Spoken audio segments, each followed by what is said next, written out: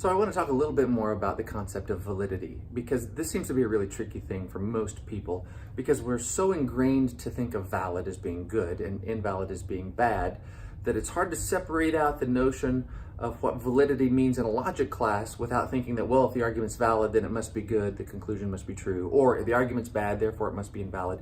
It's a distinct, it's a necessary concept, it's a necessary component of an argument's being good, but it's a distinct concept.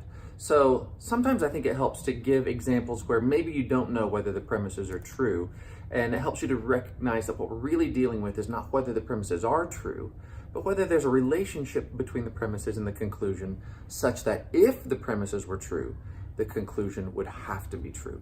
All right, so let me give you an example.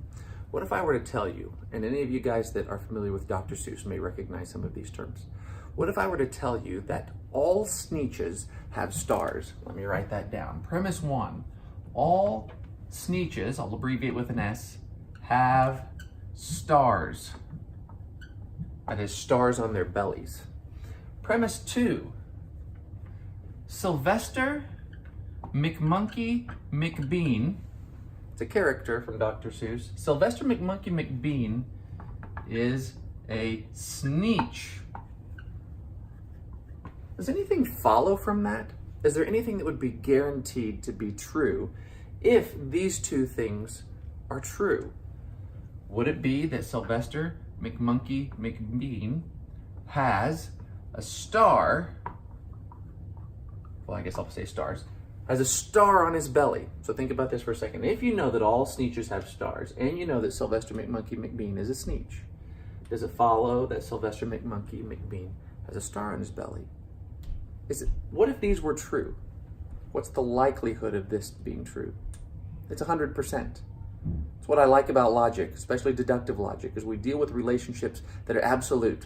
There's nothing fuzzy about this. If these are true, this has to be true. And you don't have to even know anything about Sneetches or about Sylvester McMonkey McBean, but you do know that if these are true, this has to be true. So if anybody was ever wondering, I was wondering, does Sylvester McMonkey McBean have a star on his belly? And then somebody could demonstrate to you that, all Sneetches have stars. So you might start to think, okay, well, that doesn't really tell me whether he has a star. And then somebody else can come along and show you, well, Sylvester McMonkey McBean is a Sneetch. Notice those are two different ideas that are not the same as the conclusion, but when you combine them, you see this has to be true. So one of our first tests for validity is somewhat intuitive. You just look at an argument, and sometimes upon critical reflection, you can see that it would be impossible for these to be true and this still be false. Or to say it from another direction, if this were false, one of these would have to be false. But there is a relationship between the premises and the conclusion. This relationship that we've been talking about exists. If these are true, this has to be true. Now, are these true? Is it the case that all Sneetches have stars?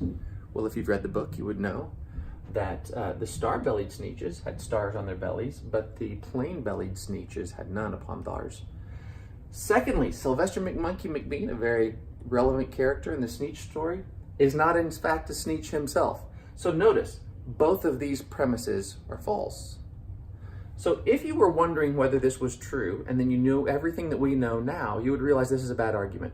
You should not believe the conclusion on the basis of this argument because you know that it has false premises. But let's go back to our earlier conversation. Remember how it felt when you looked at this argument and you didn't know whether the premises were true?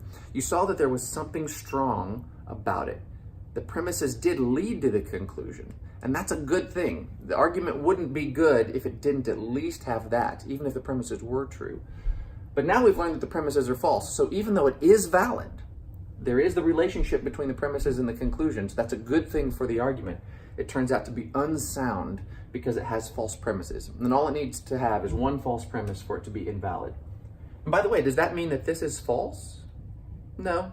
Once we realize that an argument's bad, we don't really learn anything from it. Bad arguments don't take you anywhere. It's part of why they're bad. They don't do any work for us. A good argument tells us something. It tells us that the conclusion is true and we should believe it. A bad argument doesn't even tell us that the conclusion is false. Think about it for a second. If it did, we would actually learn something from a bad argument. But it doesn't even do that. Given that this is a bad argument, we don't know whether Sylvester McMonkey McBean has a star on his belly.